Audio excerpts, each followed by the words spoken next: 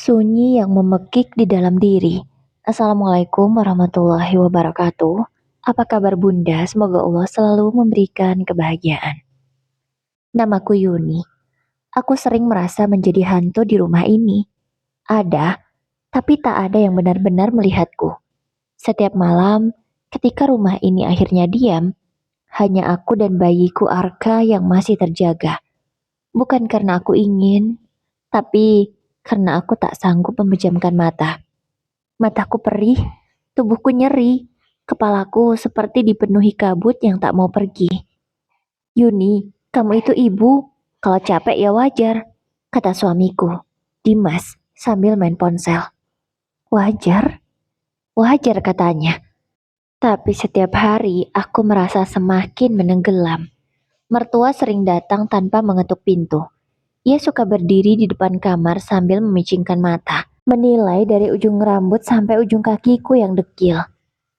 Masa ngurus bayi saja kelihatan kewalahan? Zaman ibu dulu 6 anak juga kuat. Kata-katanya seperti benang berduri yang dililitkan perlahan ke leherku. Aku ingin bilang aku sakit. Aku ingin bilang aku takut dengan pikiranku sendiri.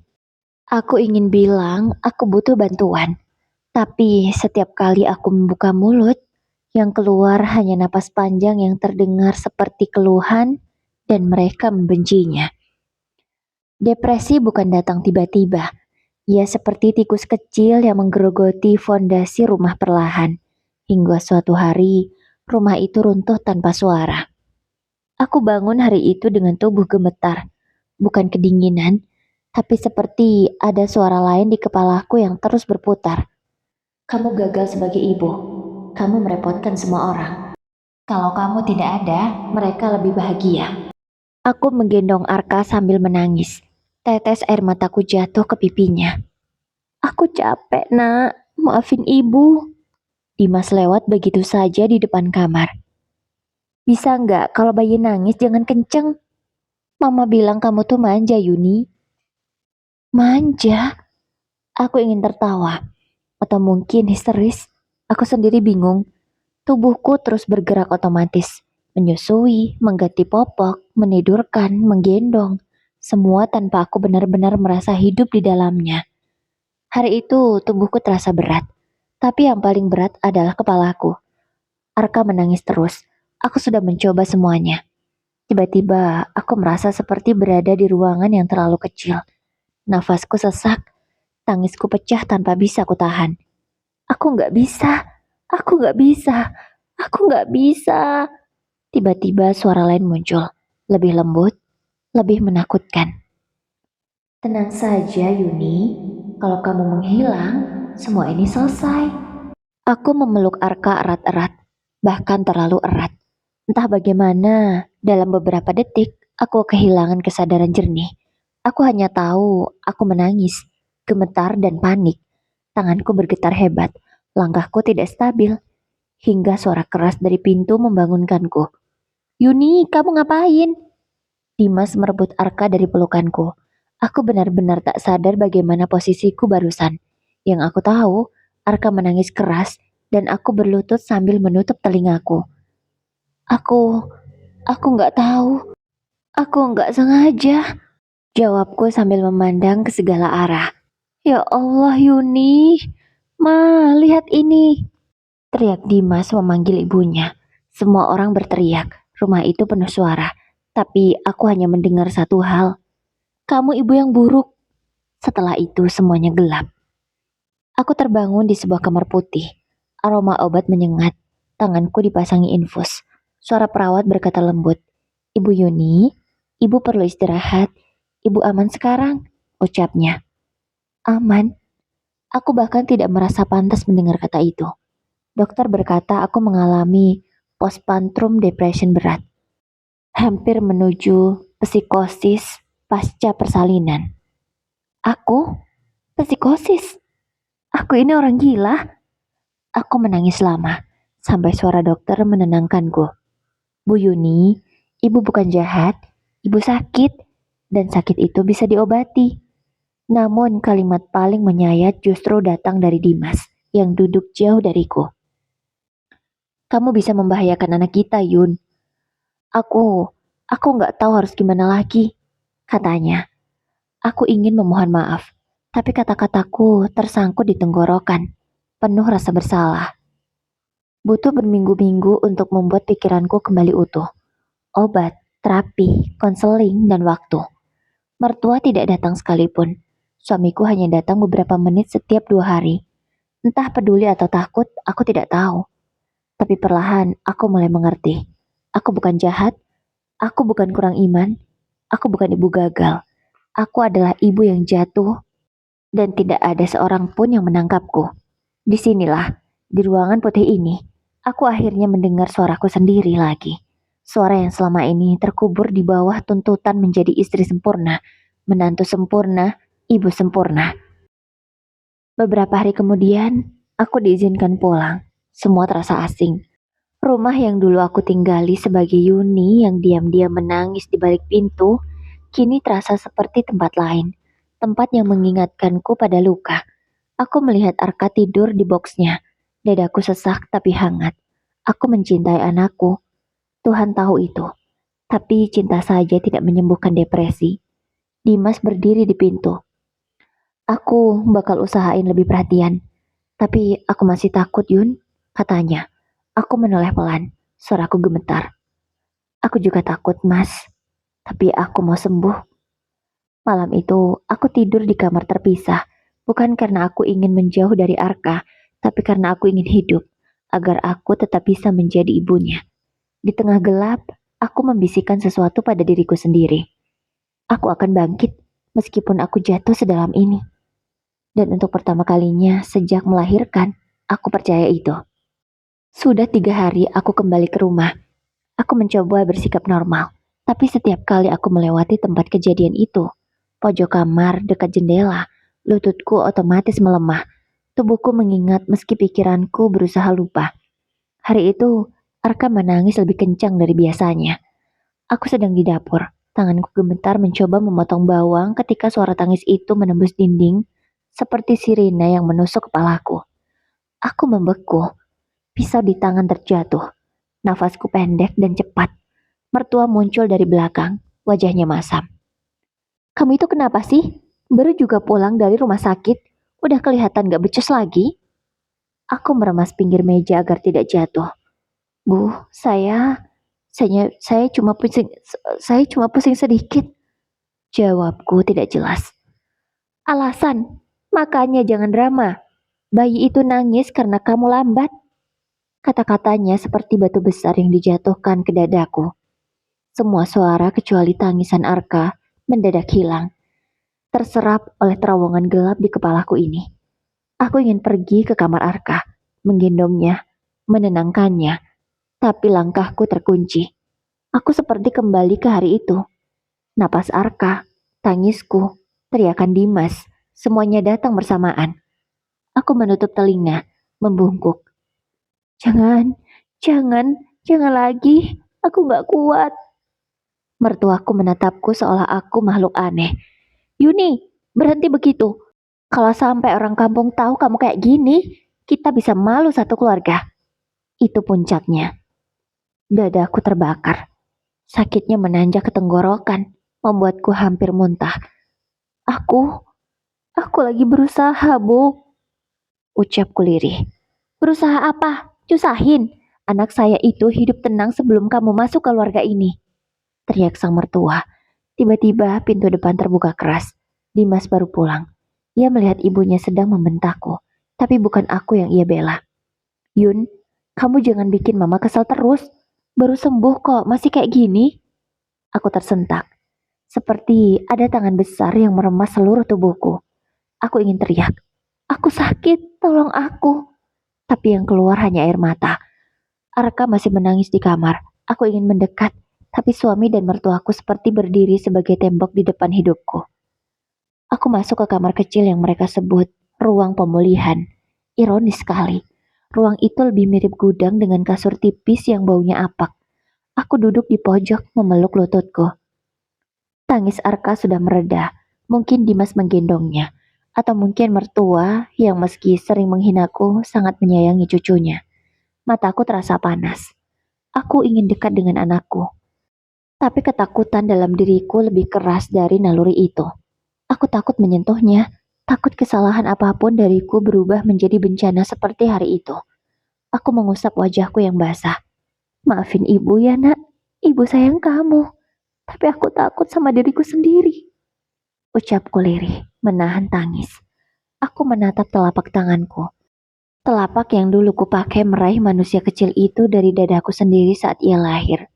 Telapak yang dulu mengelus, membelai, memeluk. Tapi dalam hitungan kurang dari 1 bulan, semuanya berubah. Dan dalam ingatanku, telapak ini juga gemetar, terlalu erat, terlalu kehilangan arah. Aku tiba-tiba terisak keras. Ada ruang kosong di dada, lubang besar yang tak bisa kututup dengan apapun. Dan di ruang itu suara-suara berputar. Kalau kamu gak ada, semua ini selesai. Kamu beban keluarga. Arka aman tanpa kamu. Aku menggeleng cepat. Bukan begitu. Aku sayang Arka. Aku sayang Arka. Teriakku. Tapi suara itu sabar, lembut, seperti teman lama. Kamu capek, Yuni. Kamu sudah terlalu tersakiti. Kamu boleh berhenti sekarang. Aku menutup telinga erat. Berhenti bicara, berhenti. Bentakku. Aku tak tahu apakah suara itu benar-benar dari kepalaku atau hanya bayangan akibat lelah. Yang jelas, aku takut. Takut pada sunyi, takut pada ramai, takut pada suamiku, takut pada mertua, takut pada diriku sendiri. Aku akhirnya memejamkan mata. Dalam gelap, aku benar-benar merasa hilang. Hari itu, aku sengaja bangun lebih pagi. Masih gelap, hanya lampu dari lorong yang menyelinap masuk ke kamar sempitku. Aku duduk di tepi kasur, memandangi dinding kosong. Dinding itu dipenuhi bercak lembab. Kadang aku merasa bercak itu bergerak, seperti tinta yang menetes perlahan ke bawah. Tapi mungkin itu hanya pikiranku saja. Aku mendengar langkah Dimas di luar, disusul suara merdu Arka yang mengoceh. Bukan menangis, hanya bersuara kecil. Itu membuat dadaku hangat sejenak. Aku berdiri. Kakiku gemetar, tapi aku ingin mendekati anakku. Hari ini mungkin aku cukup kuat. Mungkin aku bisa memeluknya tanpa takut. Tapi ketika aku membuka pintu kamar, suara mertua langsung menyergapku seperti tamparan. Dimas, kamu lihat. Baru pagi dia udah mondar-mandir. Awas nanti ngulang lagi. Tubuhku berhenti seketika. Langkahku membatu.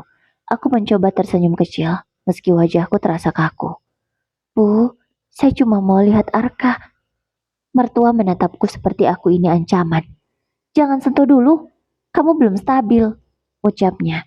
Aku merasakan dunia mengecil. Aku cuma, aku cuma mau memastikan dia nyaman, Bu, kataku. Udah, denger apa enggak? Mama bilang jangan, kata mertuaku. Nadanya tinggi. Dimas tidak bicara apapun. Ia hanya berdiri dekat box bayi, menepuk-nepuk punggung Arka seolah sedang melindunginya dariku. Dan tatapan itu, tatapan takut dari suamiku sendiri. Seolah aku ini bukan istri, bukan ibu, tapi bahaya. Aku mundur perlahan. Pintu kamar tertutup di antara kami seperti dinding tebal yang tak bisa ku terobos. Begitu pintu menutup, suaraku pecah. Aku bukan monster, aku bukan monster. Tolong percaya aku. Air mata jatuh membasahi lantai. Tentu saja tak ada yang mendengar. Beberapa jam kemudian, mertua mengetuk pintuku dengan kasar. Yuni, ini rumah mau kamu hancurkan. Lihat, dapur berantakan gitu. Teriaknya. Aku menoleh pelan. Aku belum makan, belum mandi, belum tidur cukup. Dapur berantakan karena aku kehilangan fokus. Maaf, Bu. Saya bereskan habis ini. Jawabku. Kamu tuh cuma bisa maaf, maaf, maaf, maaf terus. Tapi kerjaan gak ada yang benar. Ucap mertuaku dengan suara tinggi. Suaranya menggulung masuk ke kepalaku. Lalu ada suara lain ikut masuk. Dia benar, Yuni. Kamu menyusahkan semua orang. Aku menutup wajah dengan kedua tanganku.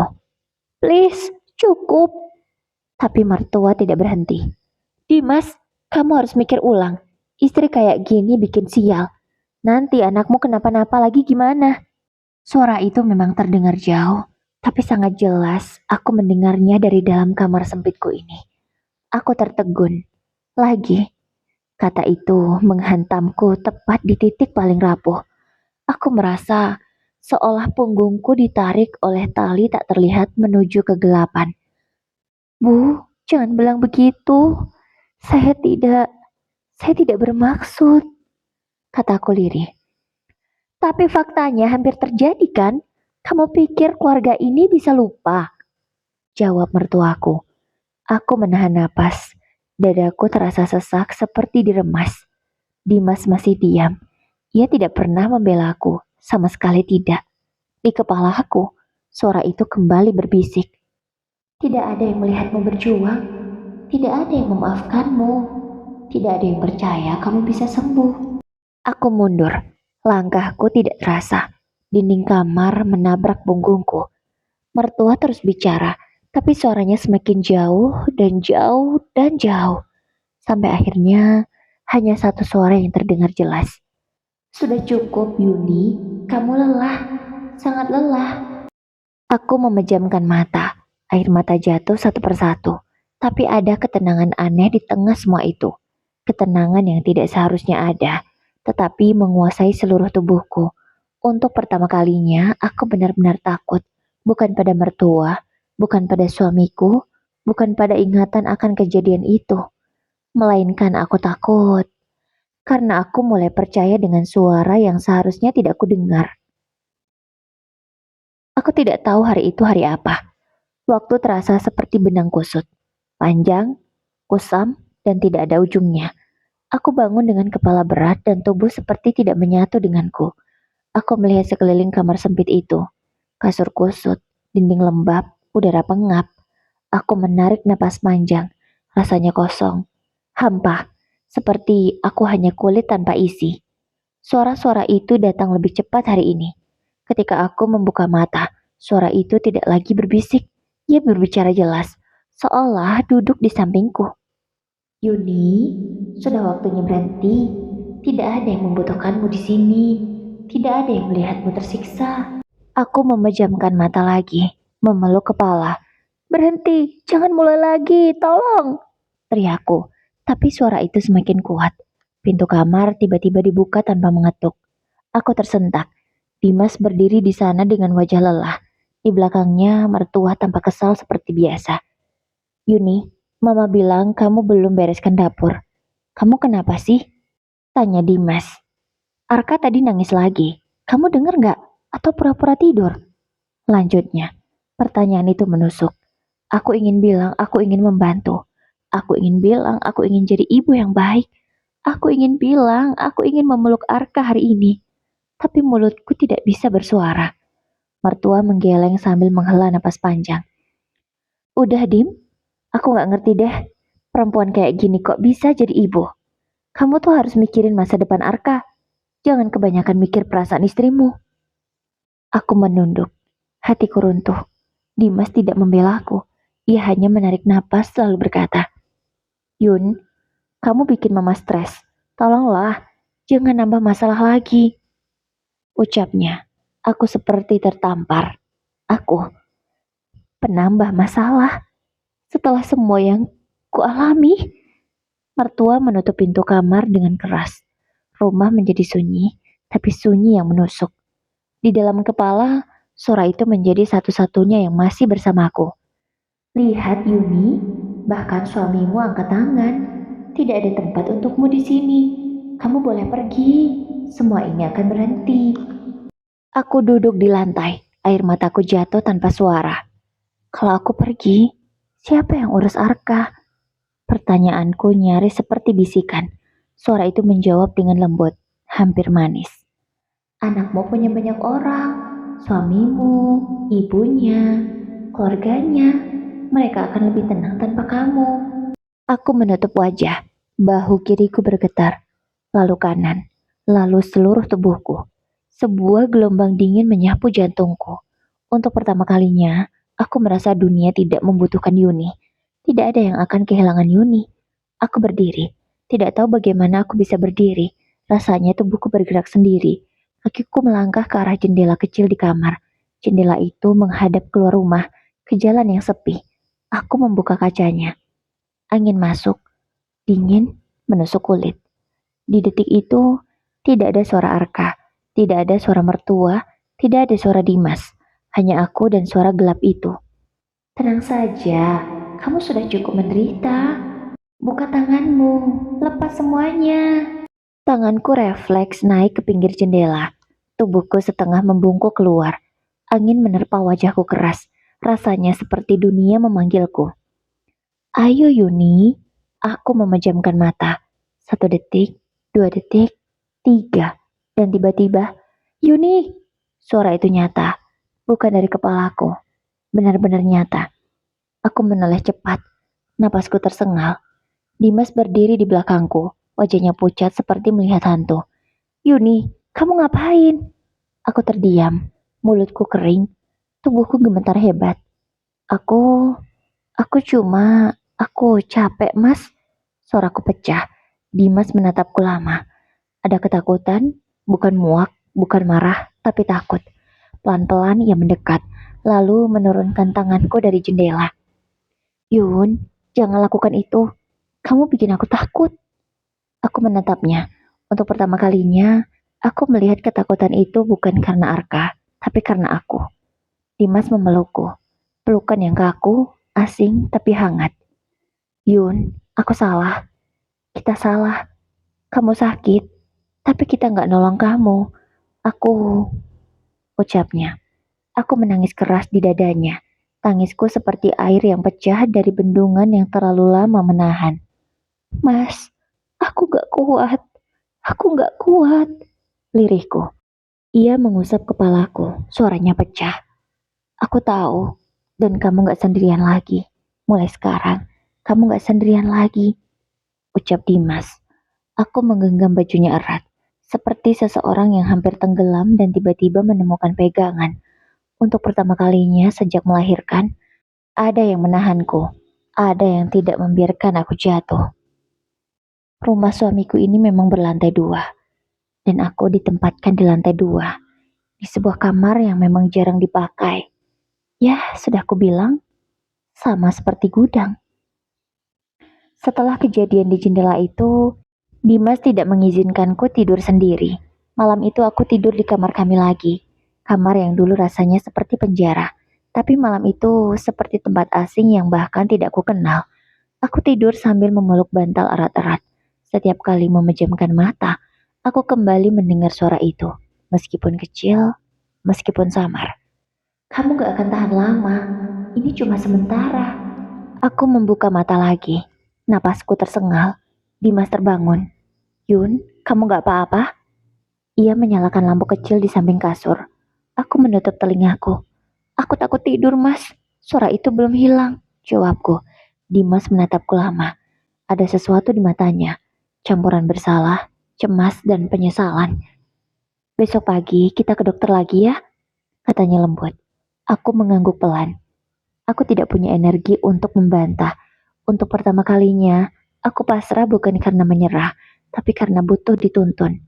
Dimas memegang tanganku. Sentuhannya dingin tapi jujur.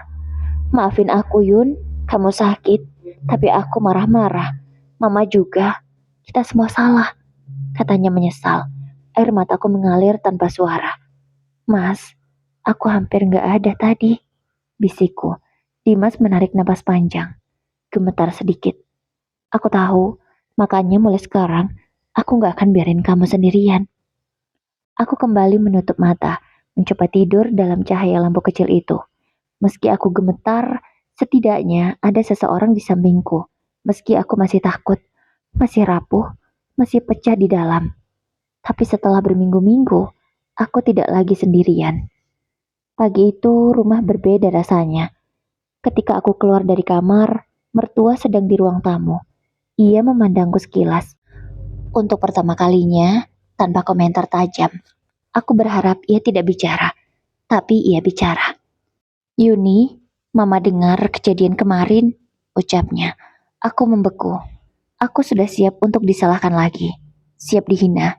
siap diperingatkan jangan dekat-dekat Arka. Tapi kalimat berikutnya membuatku terdiam. Mama ikut salah Yun, katanya lirih. Aku menoleh perlahan. Mertua menghela napas panjang.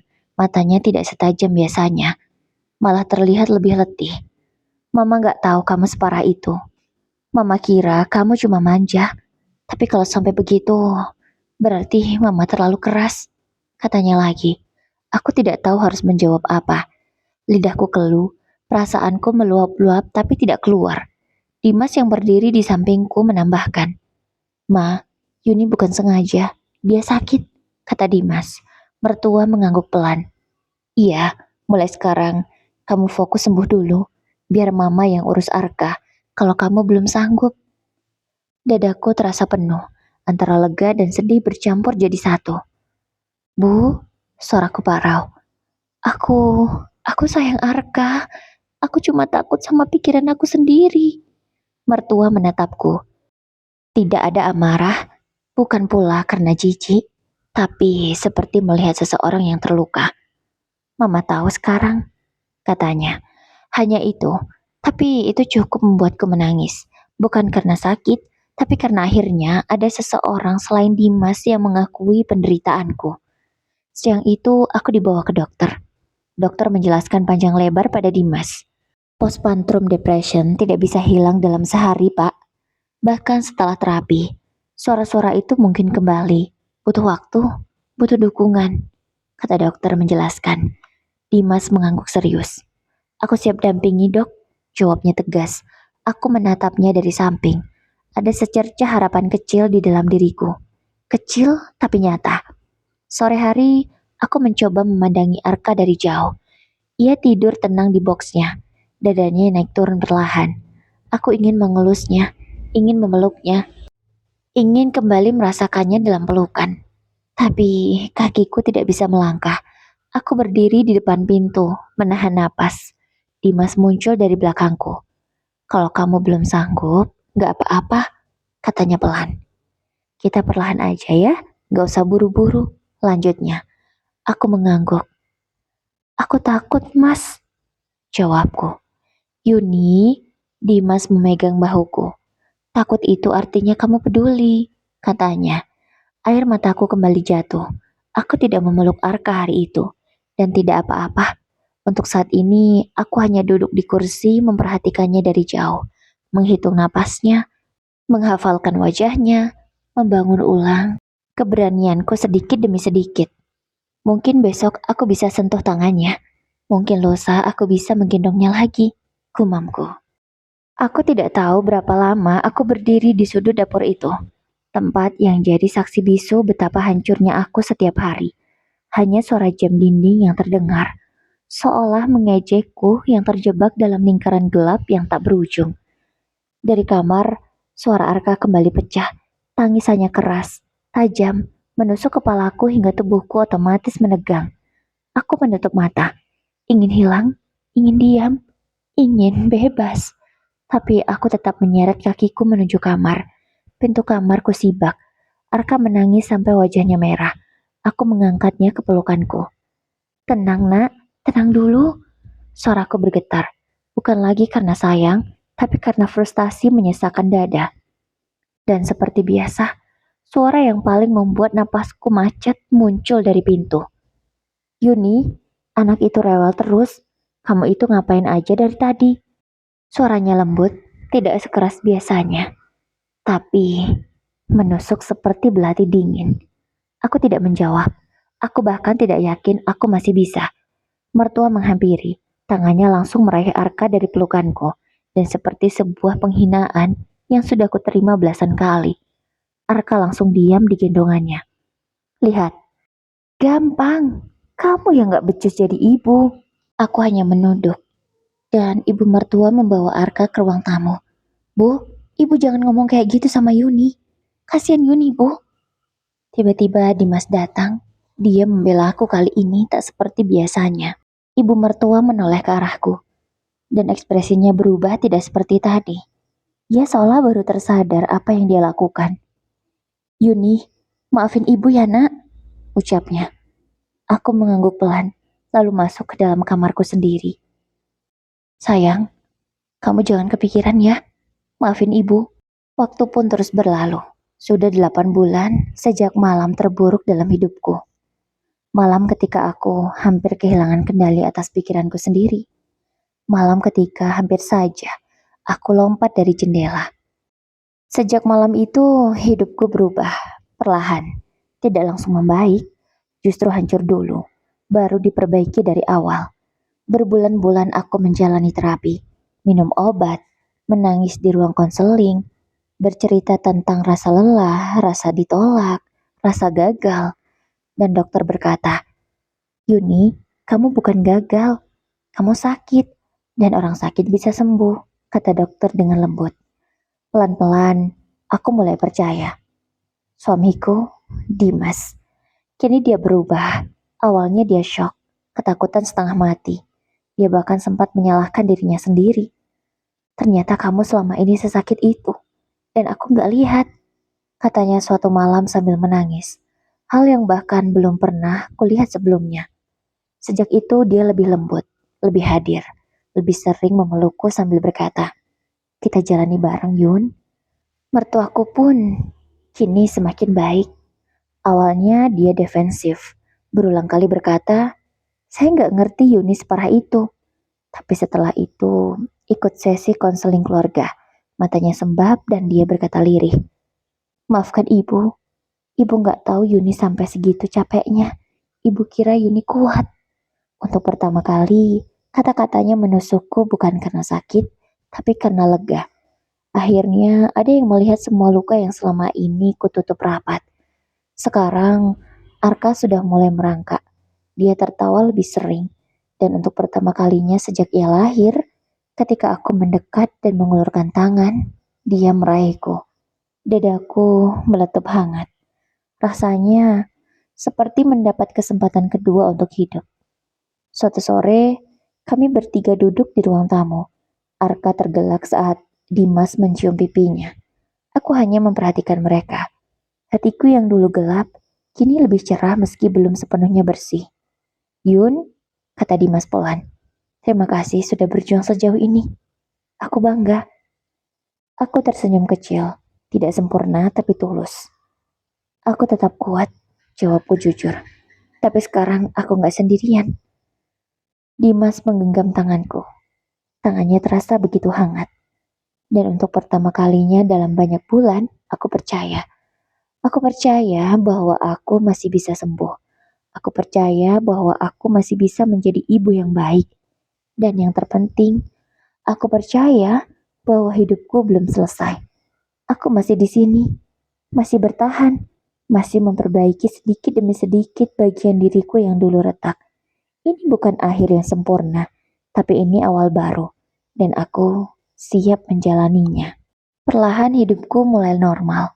Aku kembali memasak, menyiapkan sarapan, dan juga memandikan Arka, meskipun selalu diikuti oleh mertuaku, karena dia masih khawatir. Ya, aku maklum kekhawatirannya. Aku pun juga masih takut kalau ditinggal sendirian. Aku takut kalau tiba-tiba aku melakukan sesuatu tanpa aku sadar. Yuni, maafin ibu ya nak, ucap mertuaku sambil mengelus kepalaku lembut saat aku memandikan Arka. Gak apa-apa bu, aku sudah berdamai, jawabku. Dan mulai hari itu, aku merasa mendapatkan diriku kembali. Bisikan itu sudah tak ada. Tak pernah ada malah.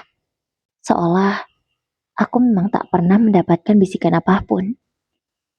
Sekarang aku sadar, ternyata bisikan itu ya dari diriku sendiri, bukan dari mana-mana. Aku memeluk Arka erat, kemudian mencium keningnya. Makasih ya nak, kamu sudah kasih kesempatan untuk ibu, ucapku. Dan selesai. Kayak bunda, kisahnya cukup menyayat hati ya. Bunda-bunda apa ada yang pernah mengalami seperti ini? Semoga nggak ada ya bun. Dan untuk para suami, jangan pernah biarkan istrimu berjuang sendiri. Tolong bantu dia, jangan sampai dia stres. Apalagi sampai depresi. Bahaya. Gak cuma bahaya untuk dirinya, bahaya juga untuk anakmu. Baiklah bunda, kisahnya cukup sampai di sini. Semoga bisa diambil pelajaran. Wassalamualaikum warahmatullahi wabarakatuh.